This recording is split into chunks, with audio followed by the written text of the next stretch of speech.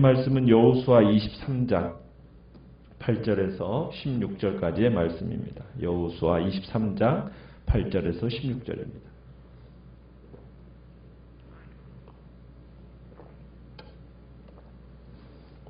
여호수아 23장 8절에서 16절까지를 교독합니다. 오직 너희의 하나님 여호와께 가까이 하기를 오늘까지 행한 것 같이 하라.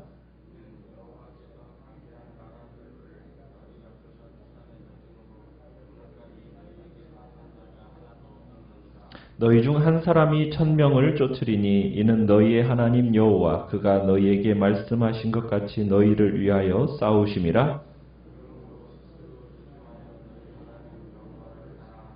너희가 만일 돌아서서 너희 중에 남아있는 이 민족들을 가까이하여 더불어 혼인하며 서로 왕래하면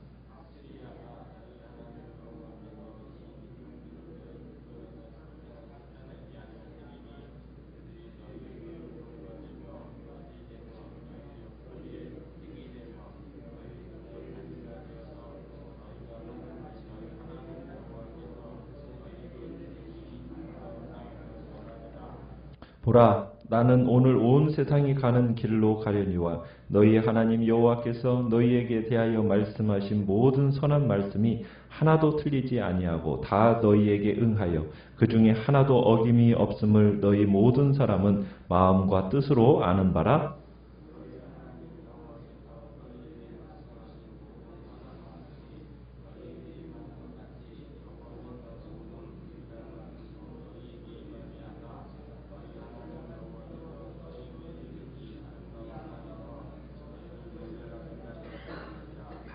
만일 너희가 너희 하나님 여호와께서 너희에게 명령하신 언약을 범하고 가서 다른 신들을 섬겨 그들에게 절하면 여호와의 진노가 너희에게 미치리니 너희에게 주신 아름다운 땅에서 너희가 속히 멸망하리라 하니라. 아멘.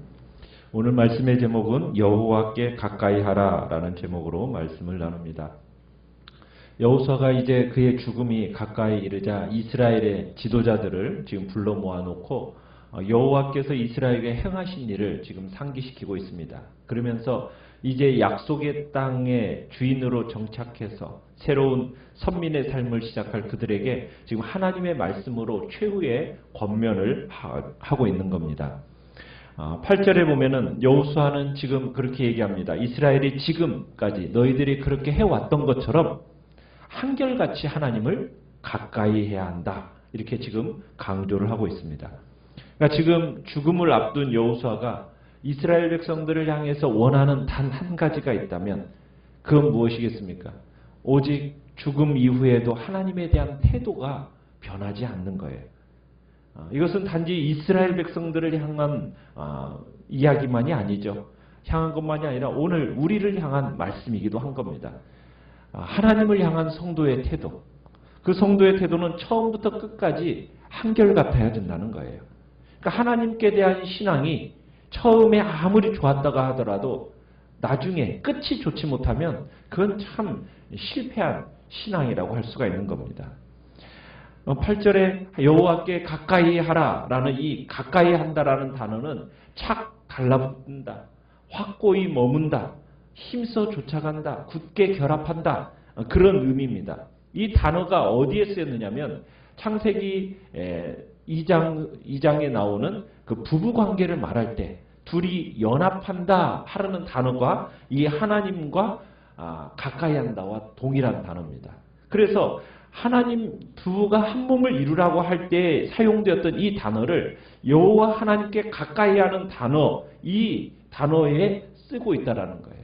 그러니까 하나님께 가까이 한다라는 의미가 무엇을 의미하는지를 잘 나타내주고 있는 거죠. 그러니까 성도가 하나님을 가까이 한다. 이것은 서로 사랑하는 부부가 하나가 되듯이 그렇게 가까이 해야 된다. 그렇게 성도가 하나님을 가까이 할 이유가 무엇이겠습니까? 그것은 바로 하나님께서 생명과 복과 능력의 근원이 되시기 때문입니다. 특별히 우리는 세상에서 영적 전쟁을 치르고 있는 존재들이에요. 그런 점에서 하나님을 더욱 가까이 해야 되는 겁니다. 하나님을 가까이 해서 하나님의 능력을 힘입지 않고는 우리가 이 세상에서 이 강력한 사탄의 세력을 물리칠 수가 없는 거예요. 사실 여호수아가 이스라엘 백성들에게 지금 하나님을 가까이 하라고 권고하는 이유도 마찬가지입니다.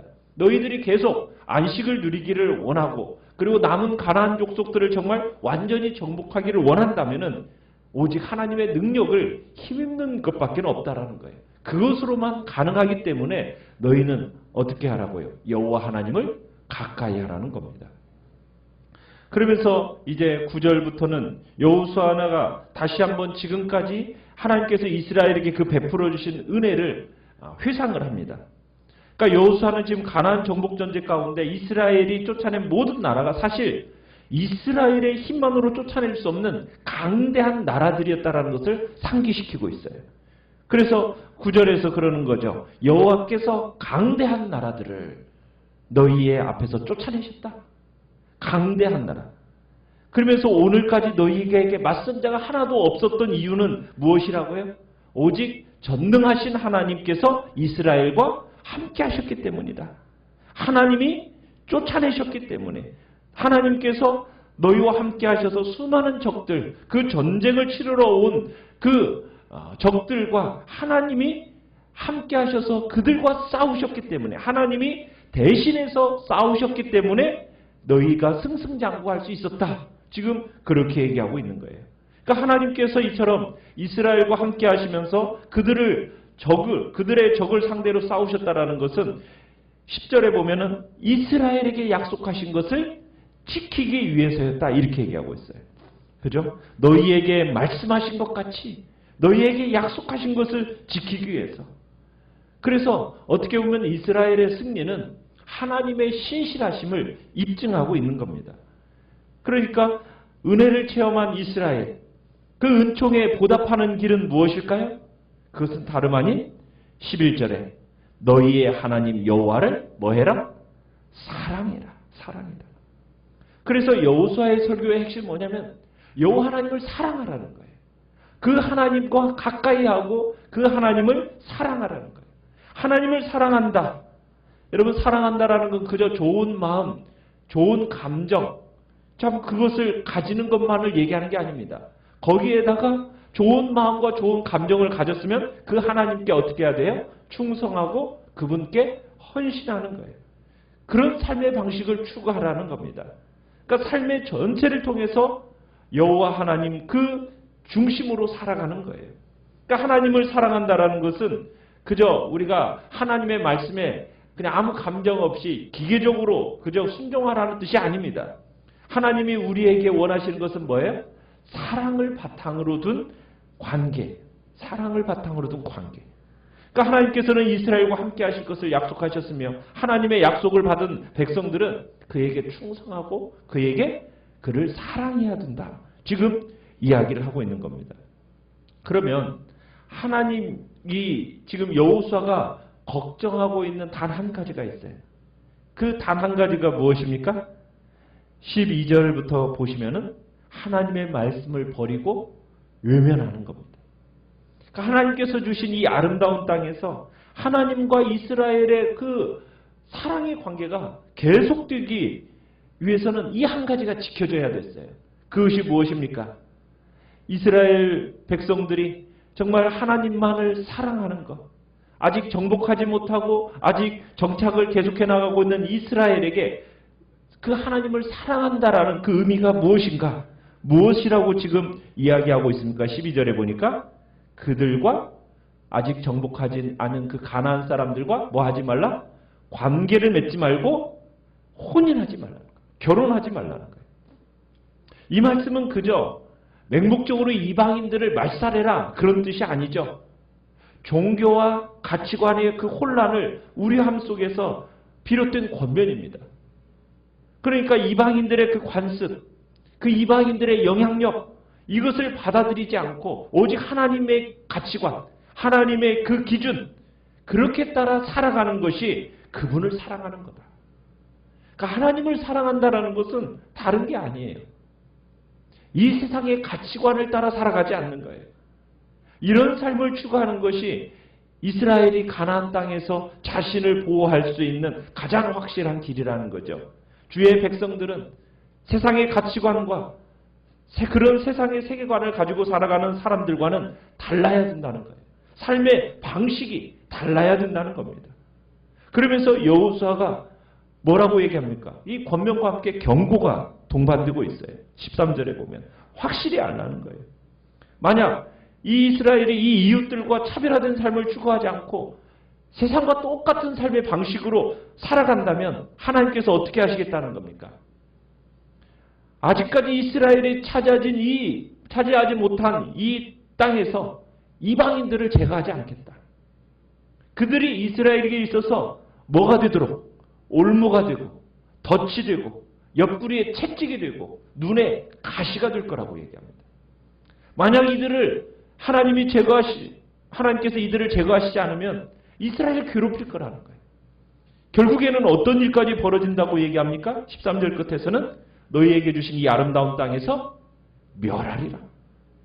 이스라엘이 망하도록 할 거라는 무서운 경고가 주어지고 있습니다. 결국 이스라엘의 생존은 무엇에 달려 있는 겁니까? 하나님을 사랑하는 것에 의해서 결정이 됩니다. 하나님을 사랑하는 것. 하나님을 사랑한다는 것은 뭐라고요? 이방인들과 피를 섞지 않고 그들의 가치관대로 살지 않는 겁니다. 여러분, 그런데 우리가 여호수아 다음에 무슨 시대가 옵니까? 사사시대가 와요. 그 사사시대는 이런 경고를 무시해버렸어요. 철저하게 하나님 앞에서 참으로 이 경고가 무시되어지면서 이스라엘은 엄청난 대가를 치르게 됩니다. 그러면서 이제 14절에 보면 여호수아는 자신이 죽을 날이 가까웠다라는 것을 이제 가까웠다는 말로 설교를 마무리합니다. 나는 오늘 온 세상이 가는 길로 간다. 자연의 이치에 따라서 이제 모든 사람들이 가야 하는 길, 자기가 가야 할 때가 임박했다고 이야기를 하는 겁니다. 그러면서 뭐라고 14절에 얘기를 합니까? 하나님께서 이스라엘에게 하신 이 모든 말씀이 그대로 다 응하는 말씀이다. 하나도 틀리지 않고 정말 어김이 없이 다 응하는 하나님의 말씀이다. 그러면서 하나님의 신실하심을 강조하면서 그러면서 여호수아가 너희들이 지금 누리고 있는 이 풍요로움, 이 안식, 하나님께서 약속을 잘 이행하신 데서 비롯되었다라는 것을 이야기하면서 이제 지금 이들에게 이제 얘기하는 것을 뭐라고 얘기하는 거예요? 너희들에게 정말 하나님이 얼마나 신실하신 분이냐. 하나님의 모든 선한 말씀은 하나도 틀림이 없다. 그러면서 너희들과 하나님과의 이 특별한 이 관계를 정말 소중하게 여기라는 거죠. 정말 이스라엘이 바보가 아니라면 절대로 다른 신에게 마음을 주지 말아야 된다는 겁니다. 이스라엘이 어쨌든 정말 하나님과의 관계를 잘 준수하고 그 약속대로 그 말씀대로 순종하면 정말 이들이 누리는 축복이 지속이 될 거라는 거예요. 그런데 만약 너희가 이 말씀대로 따르기를 거부하고 정말 하나님이 주신 그 말씀을 따라 순종하지 않고 다른 신을 따르면 어떻게 된다? 엄청난 대가를 치르게 된다라고 15절 16절에 얘기합니다. 도리어 하나님께서 너희들에게 축복하신 이 땅에서 어떻게 될 거다? 멸망하게 될 거다. 마치 하나님의 심판을 받아 이미 정말 이스라엘의 손에 멸망한 가나안 족속들처럼 너희도 똑같이 하나님을 거역하면 그 심판을 받게 된다. 어떻게 보면 이미 멸망한 족속들과 정말 전혀 다를 바가 없는 그 신분으로 전락하게 된다는 거예요. 그러니까 여호수아가 이곳에서 선포하는 지금 경고의 핵심이에요. 이스라엘과 하나님과의 관계. 여러분, 이 관계가 그저 일방적이고 맹목적인 축복으로 보장되는 게 아닙니다. 어떻게 되는 거예요? 서로 하나님 앞에서의 그 관계가 잘 맺어져야 돼요. 경우에 따라서는 하나님의 심판과 진노를 유발할 수 있다는 것을 지금 얘기를 하고 있어요. 그러면서 보면은 15절에서는 너희에게 말씀하신 모든 선한 말씀이 너희에게 임한 것 같이 하면서 그 다음에 또 어떤 말씀이 또 임한다? 여호와께서 모든 불길한 말씀도 너희에게 임한다. 순종할 때 받는 복보다도요, 어떻게 보면은 불순종할 때 임하는 그 저주의 경고가 더 길게 표현되고 있어요. 성경은 이렇게 패턴이 이렇습니다. 기본 패턴이에요. 우리가 신명기 28장에서도 보았듯이 순종할 때 받는 복에 대한 약속은요, 14절 뿐이었어요. 그런데 불순종할 때 받는 저주에 대한 경고는 몇 절입니까? 54절입니다. 훨씬 더 많은 불길한 말씀을 더 많이 하나님은 말씀을 하세요. 경고의 말씀이 더 많이 강조가 돼요. 왜 그러겠어요? 우리 인간의 부패한 본성 때문이에요. 우리 인간이 부패한 본성 때문에 불순종의 길로 갈 확률이 더 가능성이 더 높기 때문에 악한 이 영향력에 전염되기가 더 쉽기 때문에 하나님은 경각심을 일깨우면서 그 길로 가지 않도록 하기 위해서 지금 이 경고의 말씀을 더 많이 하고 있는 겁니다. 하나님께서 우리를 향해서 아무리 풍성한 은혜와 사랑을 갖고 계신다 할지라도 불순종은 은혜와 사랑의 은혜를 가로막는 장애물이 됩니다. 우리로 하여금 그것을 누리지 못하게 하는 거예요. 그렇기 때문에 우리는 하나님의 그 풍성한 축복의 약속들을 온전히 받아 누리기를 원한다면 그 약속에 어울리는 순종의 삶을 살아가야 되는 겁니다. 오늘도 우리가 주님 앞에서 내가 혹여나 순종하기를 망설이는 부분이 있었다면 하나님의 말씀 앞에 다시 한번 우리 자신을 굴복시키고 하나님의 말씀에 온전한 순종하는 자로 살아서 주님의 약속된 복과 참된 안식과 평강을 누리며 살아가겠다고 주님 앞에 이 시간 결단하며 나가시길 바랍니다. 오늘 말씀을 생각하시면서 주님 앞에 우리가 다시 한번 결단하고 정말 주의 뜻이 무엇인지 어디 있는지 다시 한번 확인하며 나아가겠다고 이 시간에 주님 앞에 결단하며